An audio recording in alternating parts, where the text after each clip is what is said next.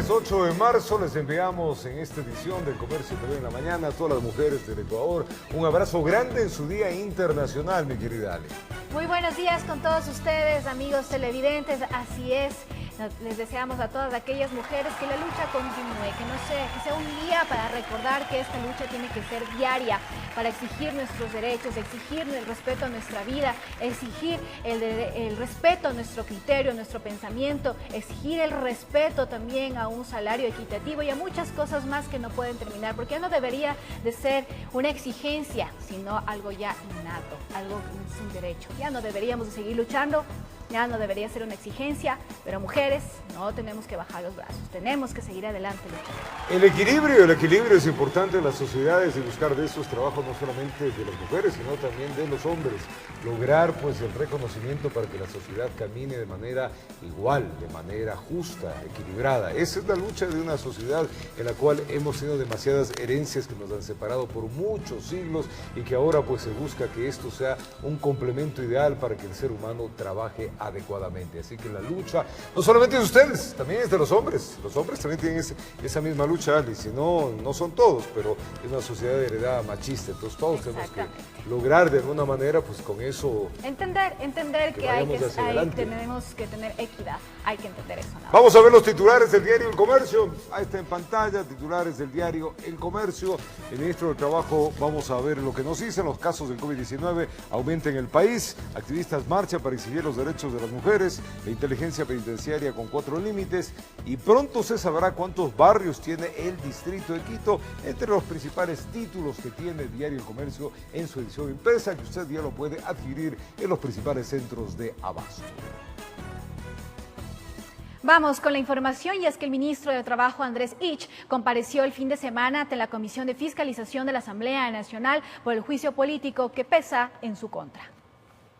El ministro de Trabajo, Andrés Ich, presentó las pruebas de descargo ante la Comisión de Fiscalización de la Asamblea Nacional, en la que se lleva un juicio político en su contra. Una de las 7 causales hace referencia a la fijación del salario básico sin incremento para el año 2021. No es cierto que yo he utilizado otra fórmula, eso es falso. Yo he aplicado el artículo 118, si ustedes revisan el acuerdo ministerial, hace expresa relación a la aplicación de ese artículo. La supuesta falta de una intervención eficaz en el conflicto laboral de la fábrica Explosen es otra de las causas. Solamente en el año 2020, 4 diálogos sociales directos en este conflicto en el Explosen, 25 conversaciones directas y una mediación, 29 actuaciones directas intentando encontrar acercamiento entre las partes. También se hace referencia a una supuesta tardanza en la notificación del cese de funciones de la exministra María Paula Romo. El día que llegó la notificación, ese día la exministra tuvo su inhabilidad ingresada en el ministerio. Ante cuestionamientos de cómo se ha manejado la generación de empleo durante esta emergencia sanitaria, ITS dio a conocer todas las actividades realizadas en su gestión. Sin embargo, reconoció que recuperar las plazas de empleo es una tarea pendiente. El ministro también criticó algunas de las causales con las que ha sido abierto este proceso, impulsado por las asambleístas Marcela Holguín y Marcela Guinaga. Que a falta de un sustento jurídico de las causales y de las pruebas, se está intentando ampliar a discusiones políticas de otros temas que no tienen absolutamente nada que ver con este proceso. La Comisión de Fiscalización tiene 5 días para remitir a la presidencia de la Asamblea un informe con argumentos que permitan recomendar o no el archivo o la continuación de este proceso de juicio político. Informó Valeria Navarro. Sobre el juez del Tribunal Contencioso Electoral, Ángel Torres, podría aplicarse unas acciones de quejas tras la supuesta reunión con el presidenciable Yacu Pérez. Frente a esto, Torres, que se excusará de conocer el recurso subjetivo presentado por Pachacutic si este es admitido. Los artífices de una supuesta reunión que por ningún motivo debió darse, porque existe un recurso de por medio, salen a dar la cara. Se trata de Yacu Pérez, candidato presidencial, y Ángel Torres, juez del Tribunal Contencioso Electoral. Un saludo casual que se dio. No hubo tiempo ni siquiera para invitarle al señor juez para que en vez de que siga afiliado a Creo pase a Pachacuti. Se produjo una reunión que no estuvo programada, no estuvo prevista. Sin embargo, también hay que decirlo con absoluta claridad, no hubo ningún tipo de planteamientos, sugerencias, insinuaciones en modo alguno que pudiesen reñir con la ética, con la moral o con el ordenamiento jurídico. Sin embargo, para Esteban Ron, experto en temas electorales, aquí podría aplicarse la acción de queja contra el juez Torres. Una acción de control disciplinario que puede presentar cualquier ciudadano que se vea afectado en sus derechos para que produzca el efecto de sanción respecto a varios incumplimientos. Uno de estos es el incumplimiento de reglamentos. En este caso, Ángel Torres estaría incumpliendo el reglamento que establece la prohibición de la reunión de partes procesales con jueces. En el presente caso, el doctor Fernando Muñoz es el juez de sustanciación. Yo no he intervenido, no he revisado, no he visto el expediente, no lo conozco. Al respecto, el artículo 270 del Código de la Democracia establece 3 sanciones: destitución, pérdida de los derechos políticos y multa económica. Pero cabe aclarar que para jueces y consejeros del Consejo Nacional Electoral no se puede aplicar las 2 primeras. La sanción sería únicamente económica, en este caso de proceder una acción de queja. ¿Qué sería cuál la sanción económica? Existen parámetros respecto de los salarios básicos unificados, hasta 70 salarios básicos unificados. Sin embargo, Torres, para evitar malos entendidos, prefiere ver los toros de lejos. En el momento procesal oportuno presentaré mi excusa para no conocer e intervenir en esta causa. Todo dependerá si el recurso subjetivo presentado por Pachacutic es admitido a trámite. De lo contrario, no pasaría nada, informó Héctor Romero.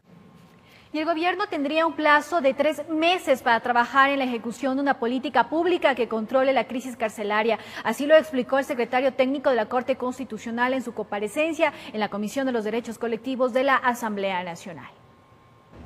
Fue en su comparecencia a la Comisión de Derechos Colectivos de la Asamblea Nacional que el secretario técnico de la Corte Constitucional, Daniel Gallegos, explicó los dictámenes de seguimiento que el organismo dispuso al Ejecutivo para abordar la crisis carcelaria en el país. En este auto de inicio de la fase de seguimiento, la Corte constató que la tragedia ha causado una gran alarma social y ha hecho evidente la grave crisis del sistema carcelario. Expresó que la Corte constató que las causas de la crisis no responden a una cuestión inesperada, sino que es un panorama que se desarrolló paulatinamente y que los estados de excepción no sirvieron para controlar la problemática. Estima que estos hechos ocurridos podrían haberse evitado y son el producto de las fases estructurales que presenta el sistema de rehabilitación social identificadas por la Corte desde el primer estado de excepción. Acotó que la Corte observó que el problema no se va a remediar de manera inmediata, por lo que el organismo ordenó al Ejecutivo emitir un plan de acción a mediano y largo plazo. La Corte Constitucional ordenó efectivamente a este órgano técnico que se reúna de manera inmediata y permanente para que empiece con este proceso de diseño de la política pública y que lo apruebe a la brevedad posible. Gallegos concluyó diciendo que la Corte Constitucional también demandó a todas las instituciones involucradas para realizar una investigación exhaustiva para determinar responsables civiles, penales, administrativos y políticos por los actos y omisiones que ocasionaron los hechos de violencia en las cárceles del país, informó Mauricio Sánchez. Y tras la renuncia de Patricio Pazmiño al cargo de ministro de Gobierno, el presidente de la República anunció que dicha cartera de Estado ahora quedará en manos de Gabriel Martínez. Veamos. El presidente de la República, Lenín Moreno, nombró a Gabriel Martínez como nuevo ministro de Gobierno. Esto tras la renuncia de Patricio Pazmiño, quien alegó en una carta que deja el cargo por los siguientes motivos. Desde varios sectores injustificadamente se ha cuestionado mi gestión en el Ministerio de Gobierno. Estoy convencido de que en un acto de transparencia, la defensa de mi gestión debe realizarse fuera del cargo. Gabriel Martínez es el quinto en ocupar dicha cartera de Estado durante el mandato de Lenín Moreno. Antes de asumir este cargo, fue titular del Ministerio de Obras Públicas. El guayaquileño economista también ocupó los cargos de secretario general de Vicepresidencia y viceministro de Infraestructura del Transporte. Quienes anteriormente ocuparon dicho cargo es César Navas, cesado de sus funciones por la crisis y el asesinato del equipo periodístico del diario El Comercio en el año 2018. Después llegó Mauro Toscanini, quien solo duró 4 meses en el cargo y renunció por motivos personales. A él le sucedió María Paula Romo, quien fue censurada por la Asamblea Nacional tras el paro de octubre de 2019. Patricio Pazmiño duró 3 meses en el cargo y sale luego de que la Asamblea solicitara su destitución por la crisis carcelaria que vive el país. Gabriel Martínez, nuevo ministro de Gobierno, tendrá 2 meses en este puesto debido a que el próximo 24 de mayo existirá un cambio de gobierno, informó Valeria Navarro. Y el ARCSA emitió la normativa para regular productos que contengan cannabis no psicoactivo en el Ecuador. El documento contempla los requisitos que se solicitarán a los interesados en la producción, importación, exportación o comercialización de estos productos. La Agencia de Regulación, Control y Vigilancia Sanitaria, ARCSA, emitió esta. Se trata de la normativa técnica sanitaria para la regulación y control de productos terminados de uso y consumo humano que contengan cannabis, no psicoactivo o cáñamo o a su vez sus derivados. Lo hizo después de 7 meses de las reformas al COIP, donde se da luz verde al cultivo del cannabis. La entidad explica que la concentración de THC es la siguiente.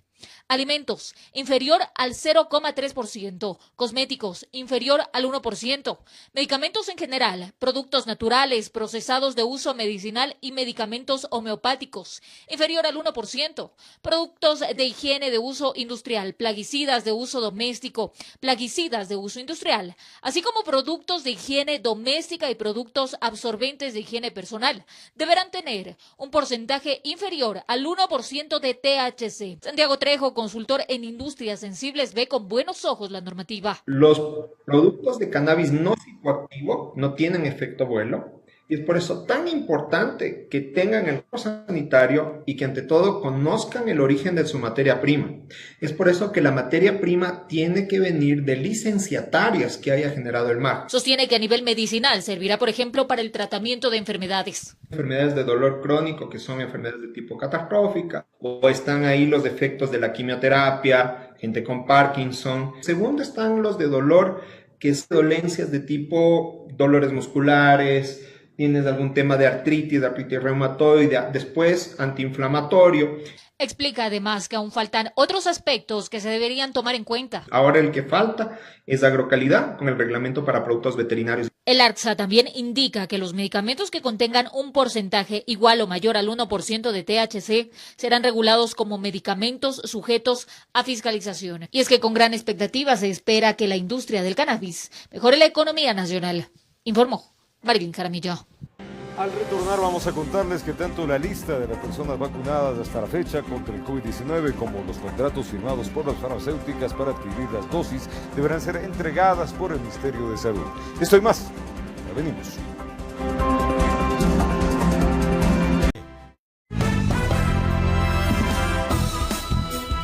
Continuamos con más información aquí en El Comercio TV y les contamos que tanto la lista de las personas vacunadas hasta la fecha contra el COVID-19 como los contratos firmados con las farmacéuticas para adquirir las dosis deberán ser entregadas por el Ministerio de Salud hasta el 25 de marzo. Hasta el 25 de marzo, el Ministerio de Salud deberá entregar la información solicitada por la organización Acción Jurídica Popular, luego de que una jueza de unidad...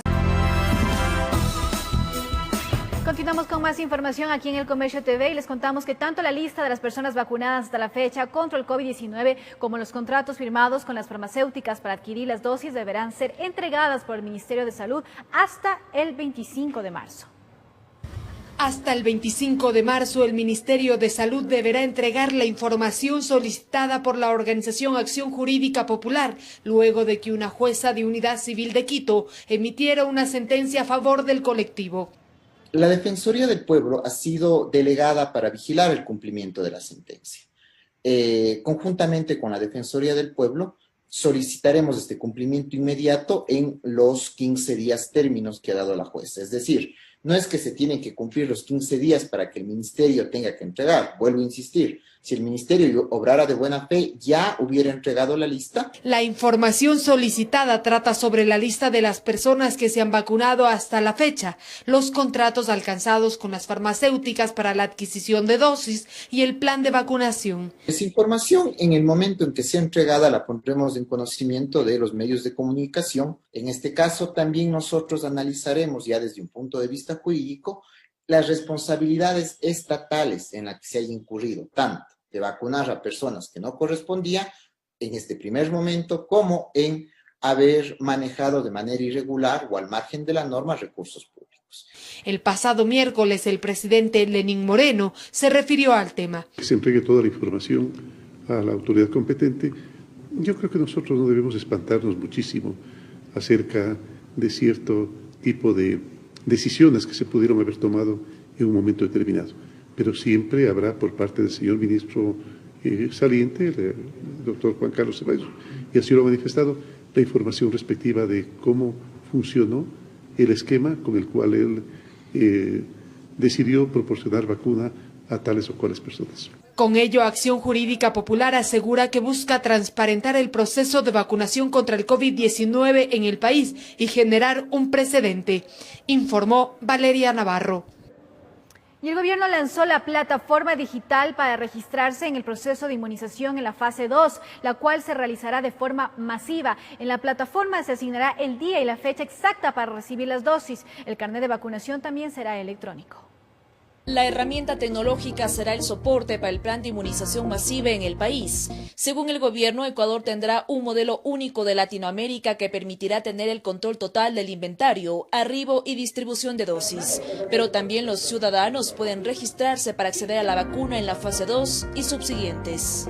Plataforma virtual que no permitirá discrecionalidad en el manejo de los datos y tendrá todo automatizado. Se asignarán fecha y lugar de vacunación de cada persona. La plataforma Plan Vacunar CEC está lista, pero por el momento no se puede agendar una cita. El ministro de Salud, Rodolfo Farfán, precisó que la logística también está a punto, a través de una colaboración con la empresa privada.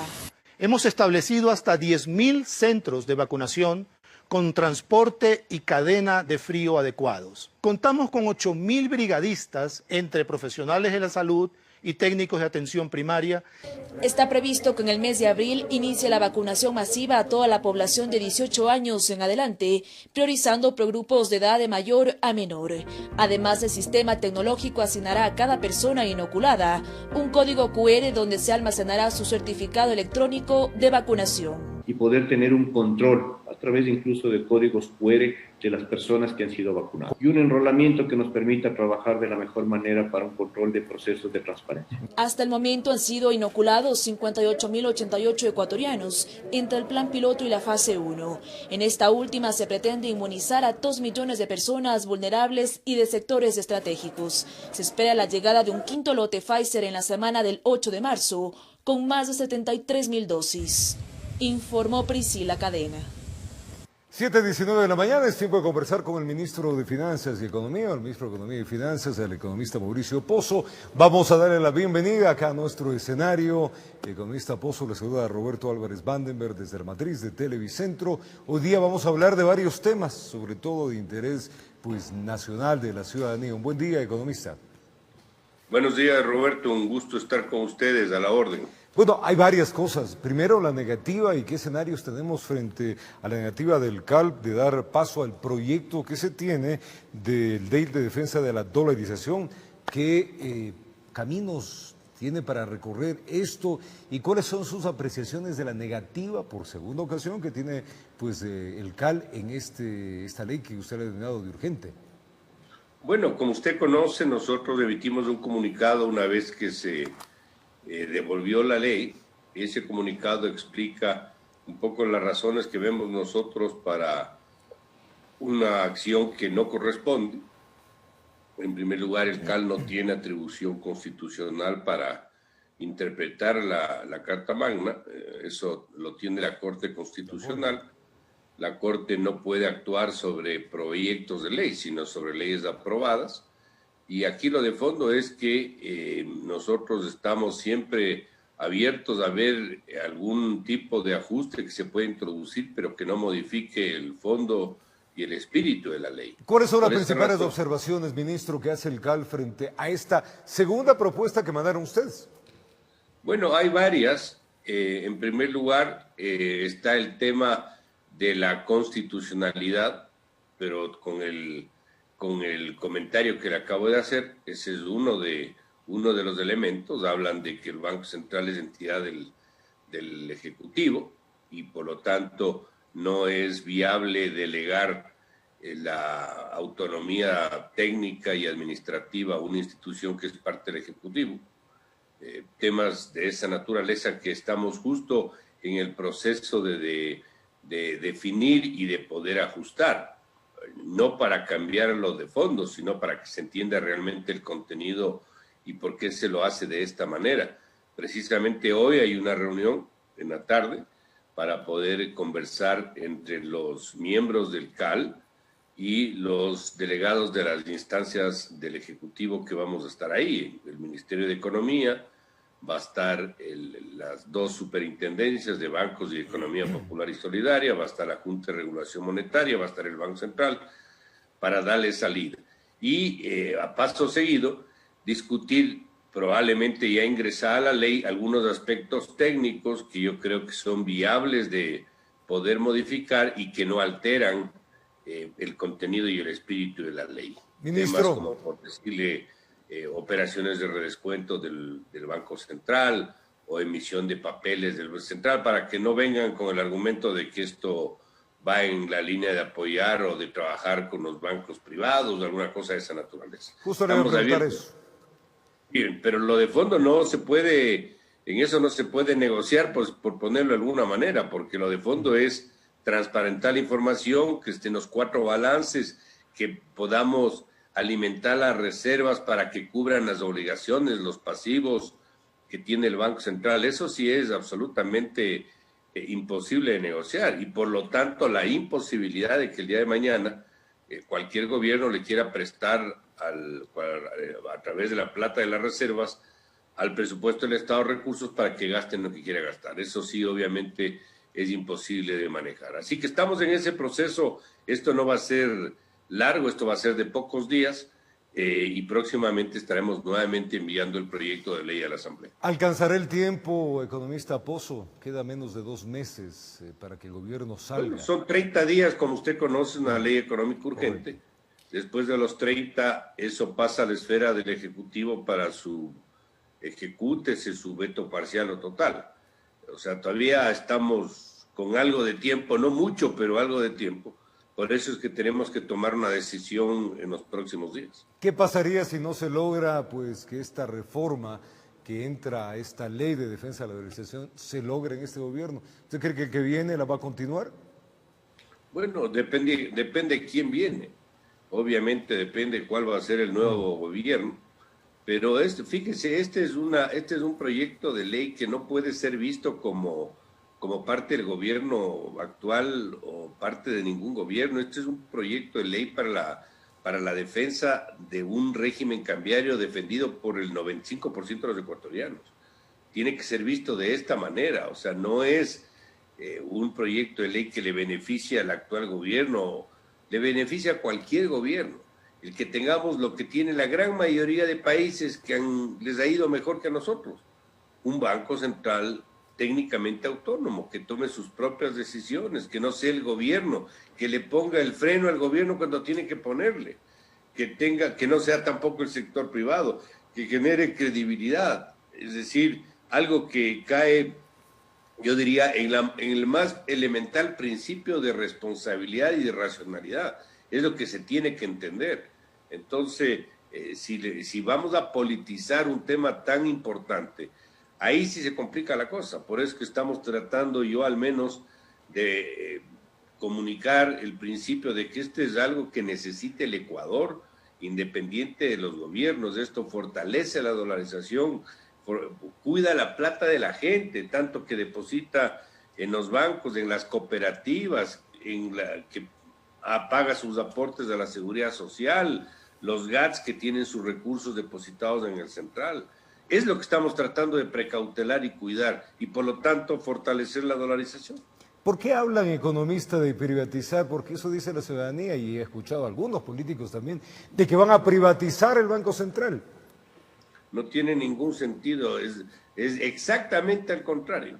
Es cuidar la plata privada, es precautelar los recursos depositados en el central, que es plata de la gente, no es plata del gobierno. Las personas, cuando depositan en el sistema financiero y los bancos una porción de esos depósitos depositan en el central. No es plata de los bancos, es plata de la gente. Y eso que depositan en el central es parte de las reservas internacionales. Y el Banco Central no tiene por qué usar esa plata para prestarla a nadie. El Banco Central no es un banco comercial. El Banco Central es lo que se llama un banco de administración de reservas. Un banco de reservas. Tiene que administrar la liquidez que recibe para precautelar el sistema cambiario. Y en esa forma hay que verlo. Entonces, me parece que es absolutamente fuera de lugar hablar de privatizar. No tiene nada de privatización en esto. Tal vez porque hay una lista de requisitos de los candidatos a ser directores del Banco Central. Obviamente que tienen que ser personas con experiencia, personas que puedan darle un aporte a la gestión en el Banco Central. No puede ser cualquier persona, tiene que ser alguien que cumpla ciertos requisitos básicos. Y hoy, sobre esa base se va a elegir. Economista Pozo, ¿y hoy el Banco Central en qué estado está? Porque si le quieren reformar, volverle a ubicar como un banco de reserva, para que entienda la ciudadanía, un banco que reserva nuestros dineros, ¿hoy en qué estado está? ¿Es un banco que el Estado puede tomar cualquier momento el dinero que está depositado ahí? Bueno, nosotros no hemos tomado $1, pero obviamente la década anterior sí optó por esa forma de, yo diría, de apropiación de recursos. Le cambió los billetes dólares por papeles. Papeles que no se pueden hacer dólares otra vez. Es decir, utilizó plata que no era suya para gasto público, que por cierto mucho terminó hasta en actos de corrupción. Entonces, ¿qué es lo que debe entenderse? Que en este momento el Banco Central tiene reservas internacionales que no cubren sus obligaciones o sus pasivos exigibles, es decir, los depósitos. ¿Cuánto es esa diferencia? Más o menos 6.500 millones de dólares. Es decir, le falta 6.500. Si todas las personas, llámense GATS, llámense bancos privados, llámense cooperativas, le giran un cheque al Banco Central, le dice, deme mi plata, le va a faltar 6.500 millones de dólares. ¿Por qué le va a faltar? Porque esa plata se fue al Estado en el gobierno anterior para que utilicen otras cosas. Y lo que supuestamente pueden volver a hacer es eso, utilizar plata que no es de ellos. Crearon lo que podríamos llamar dólares ecuatorianos, porque no tienen respaldo. Es decir, esos dólares son los que pueden alimentar un problema de la dolarización. Cuando esos dólares se empiece a sentir en el mercado, usted va a comprar un helado y el señor que le vende el helado le va a decir, si usted me paga en el billete verde de $1, le vendo el helado. Pero si usted me quiere pagar con una transferencia suya, electrónica, ese helado ya vale $1.50. ¿Por qué? Porque sabe que ese dólar es ficticio, no tiene respaldo. Si esto crece porque la economía es abierta, se va a la dolarización. Entonces no podemos jugar contra un tema tan importante y tan sensible como es el manejo de las reservas, y para eso está el proyecto de ley. Y si no se aprueba, el Fondo Monetario Internacional pondría negativas para entregarnos los dineros que está establecido para este mes de abril, que ya llega, economista. Nosotros hemos conversado de esto en varias ocasiones con el Fondo Monetario. Yo hablé de esto mismo y otros temas, hablé con la directora gerente en la segunda reunión que tuve con ella en diciembre pasado. Le expliqué de qué se trataba. He hablado con el director del hemisferio occidental del fondo, he hablado con la jefe de la misión, he hablado con el delegado del Ecuador al directorio del fondo, he hablado con todos los que he tenido que hablar. Y todos ellos, encabezados por la directora gerente, están y han estado absolutamente dispuestos a ayudar al Ecuador y le han dicho, ustedes decidan, obviamente, en qué fecha les parece el mejor momento para enviar el proyecto de ley nuevamente a la Asamblea. Es decisión de ustedes. A pesar de que en el convenio original estaba puesto que eso debía haberse enviado los primeros días de enero, pero no se lo hizo por las razones que ya conocemos. No había el CAL, no había quien activar, no había suplentes que se principalicen en el CAL, etc. Llegó febrero, empezó la manipulación, la muletilla de la privatización del banco y otras cosas.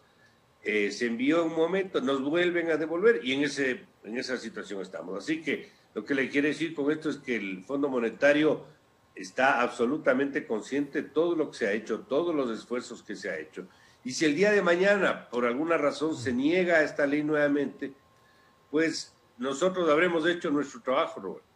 Nosotros hemos agotado todas las instancias legales, hemos hecho todos los esfuerzos para darle al país un beneficio, una garantía. Ahora, si los señores de la Asamblea no quieren apoyar en eso, pues ellos serán responsables de lo que no están aprobando. Pero nosotros habremos cumplido el Fondo Monetario, con ellos tendremos que sentarnos a ver cuál es la salida, porque obviamente el Ecuador necesita recursos, a ver qué se puede hacer. Pero no me puedo adelantar para una situación que todavía no se presenta. Ministro Pozo, los GATS fueron entregados ya parte del dinero que se les adeudaba, pero ellos continúan con la presión pidiendo más dinero porque dicen que la deuda es enorme. ¿Cómo está este panorama? Nosotros nos hemos reunido con los GATS hace pocos días y se les entregó toda la información. Fíjese, las transferencias de diciembre están totalmente cubiertas. Había un atraso al cierre de diciembre de 203 millones. Por cierto, un atraso menor al del 2019, cuando el 2020 tuvimos una situación económica mucho más complicada. Esos atrasos de 209 millones se les pagó en el mes de enero.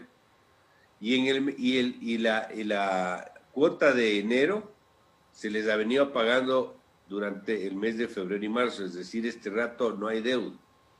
Este rato se les debe obviamente lo de marzo, pero no podemos pagar algo que todavía no se está cumpliendo. Pagamos sobre mes vencido, digamos así. O sea, digamos que un poco ya los dineros se van paulatinamente a los GATS. Lo que pasa es que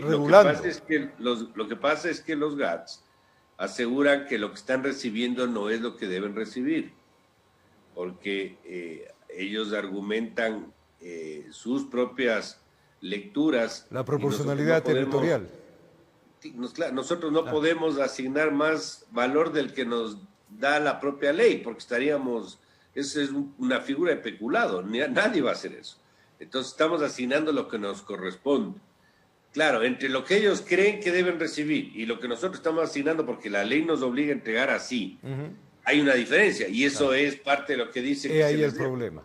Y las prefecturas, ministro. Pero no podemos hacer otra cosa, lo que podemos hacer es cambiar la ley.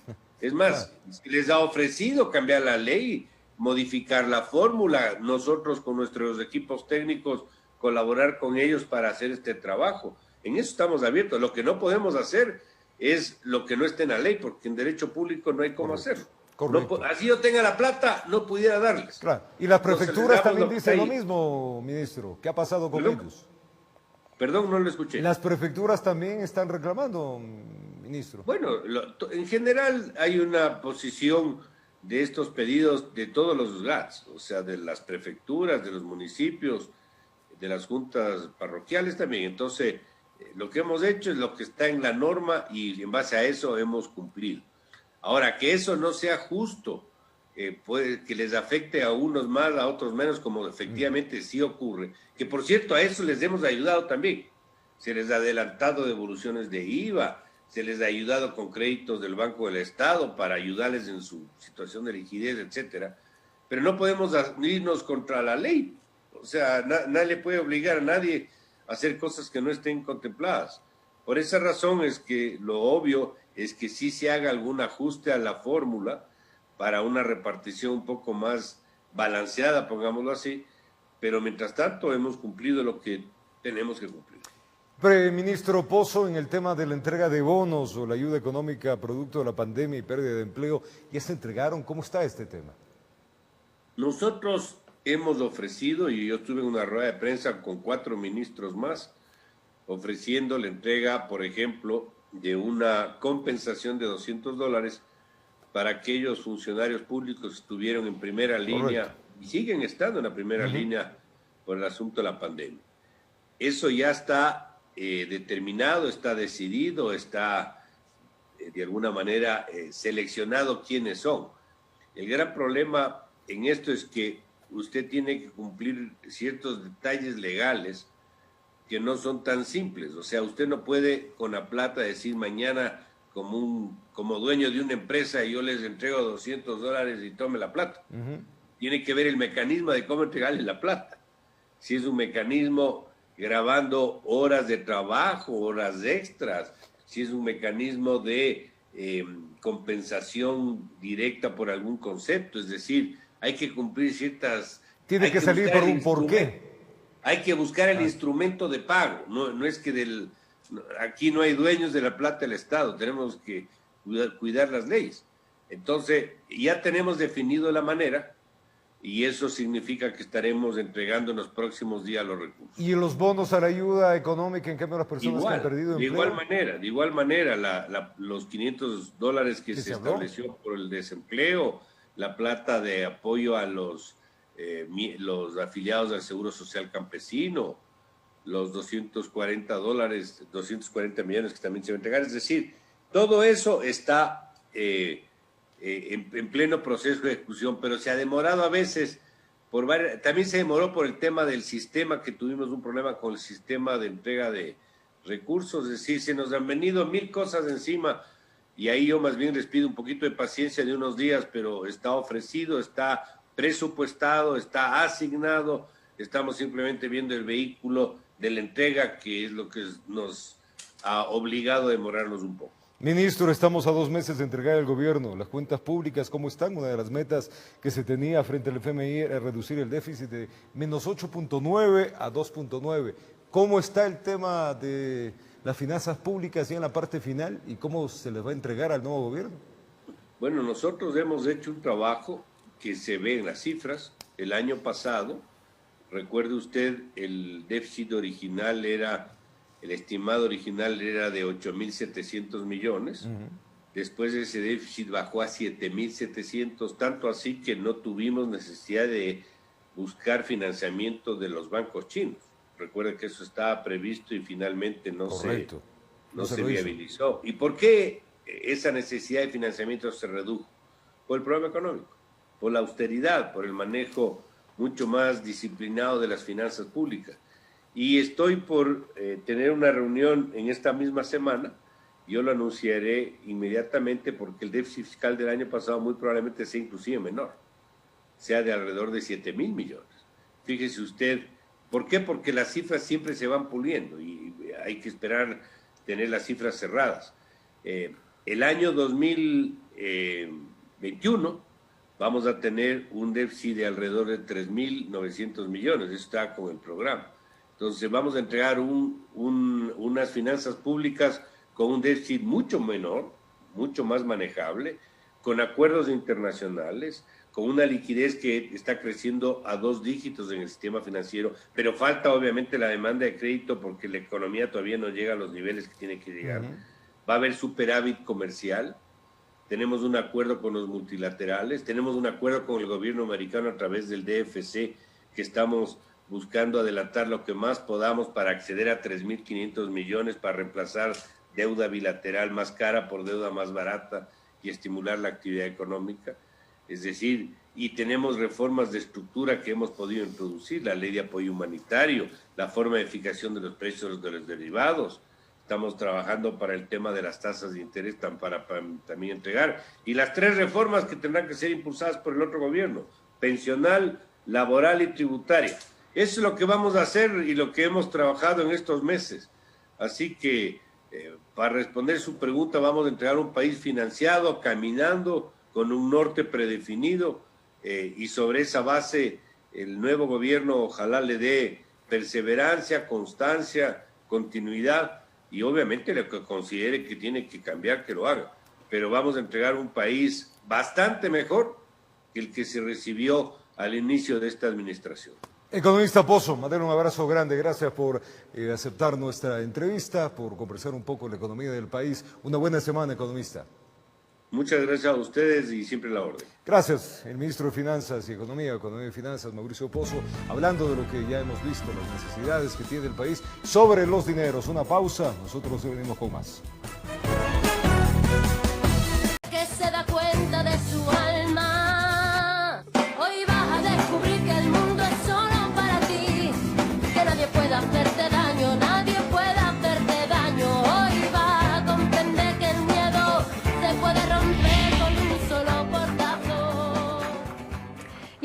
mundo conmemora cada 8 de marzo el Día Internacional de la Mujer, que busca la igualdad y el acceso de derechos frente a las brechas del género latentes en nuestro país y agravadas aún más en el contexto de la pandemia. Una doble pandemia es la que muchas mujeres enfrentan. Las brechas de desigualdad en el país son alarmantes. Y según expertos laborales, la recesión económica provocará un retroceso de 10 años en la conquista de derechos. El salario para las mujeres por el mismo trabajo es un 30% menor que el de los hombres generalmente. El nivel de desempleo para las mujeres se duplica con relación de los hombres. Estamos hablando de un 3,7% para hombres y un 6,7% para las mujeres. Así también, el acceso a la educación durante la pandemia se vio limitado. Según cifras oficiales, el abandono escolar está más presente en las niñas. Una familia tiene que decidir entre si estudia su hijo o su hija, generalmente priorizan que estudien los niños hombres. Para Ana Vera, defensora de los derechos de las mujeres, mucho se debería a los patrones socioculturales que relegan las responsabilidades del cuidado del hogar y los hijos únicamente a las mujeres. Otra herida latente que parece crecer es la violencia de género y las muertes violentas contra las mujeres. Las cifras de la Fiscalía General del Estado cerraban el 2020 con 101 femicidios, al menos 98 menores de edad quedaron sin sus madres y se reportaron 46.345 noticias por delito de violencia de género. Porque el Estado no tiene, si quieres, un adecuado, creo yo, monitoreo de estos casos por la calificación. Muchas veces las muertes violentas de mujeres, más allá de los protocolos que establecen que todas deberían ser investigadas como femicidio, son calificadas como otros tipos de delitos, ¿no? Y eso hace que haya una diferencia entre la cifra estatal y la cifra que maneja sociedad civil. Para el 2021, esta realidad empeora, pues la tendencia actual indica que en promedio cada 72 horas en el Ecuador, una mujer es asesinada. Sumado a la violencia sistemática en contra de niñas y adolescentes, principalmente por su núcleo familiar. Mucha sigue siendo por lograr una igualdad más allá del papel, porque a veces en lo jurídico la igualdad está lograda. Una igualdad que además reconozca estas diferencias que tenemos, ¿no? Y con estos antecedentes se pregunta a la sociedad civil cuáles serán las acciones concretas del nuevo gobierno para frenar la desigualdad y ofrecer derechos palpables hacia las mujeres, quienes continúan en la lucha cada día, informó Caterine Aguirre. Hay historias que queremos contarles y Yolanda Medrano es la única mujer operadora de tanques y redes de la empresa de agua potable, EMAPS. Ella es la responsable de que el agua que bebemos esté en óptimas condiciones, una labor poco reconocida y que requiere de mucho esfuerzo y también constancia. Veamos. Yolanda Medrano, de 51 años, es la única mujer operadora de tanques y redes de la empresa pública de agua potable EMAPS. Gracias a su trabajo, el agua llega en óptimas condiciones para el consumo humano. Cada día se encarga de verificar tanques, atiende emergencias y recorre la ciudad no solo en la superficie, sino debajo de ella, para que todo esté a punto. Como limpieza de cámaras, fogueo de hidrantes, verificar que el agua esté en óptimas condiciones, registrar el cloro residual para la ciudadanía. Lleva 15 años ejerciendo esta profesión. Sin embargo, esta historia empezó muchísimo antes, pues desde que era niña acompañaba a su padre a realizar las mismas labores que despertaron en ella el amor por este trabajo. Y en la empresa me dieron la oportunidad de entrar, ejercer las mismas funciones de mi papá. Y aquí me tiene, haciendo quedar bien a mi padre y a la empresa. No fue nada fácil, como todo al principio le invadió el miedo y la inseguridad, pero dice que ahí estaba su reto. Un poco duro porque ser la única mujer, como que decía, y si no puedo, gracias a Dios mis compañeros me apoyan, siempre están conmigo, igual los jefes de unidad. No alcanzaríamos a relatar todo el trabajo que ella realiza y que poco se ve. En casa solo se abre una llave y allí está el agua, pero eso no le importa a Yolanda. Se queda con la satisfacción del buen servicio. No hemos descansado por el bien de la comunidad, para la comunidad. Es una experiencia sumamente grande para mí. Lo único que anhela es que la gente valore, respete y cuide el líquido vital. Nadie más que ella para saber todo el esfuerzo que se hace para que llegue a cada hogar. Dándonos cuenta nosotros cómo es para obtener el agua, desde dónde viene, cómo viene, hasta dónde llega, cómo tenemos que hacerla. Hay gente que realmente no valora. Tenemos que cuidarla y valorarla y mucho. Motivos suficientes para que su familia se sienta orgullosa de ella, pero sobre todo sus 3 hijos. Mami, con cuidado, cuídate mucho, te queremos, te vamos a estar esperando. También se sienten orgullosas de mí.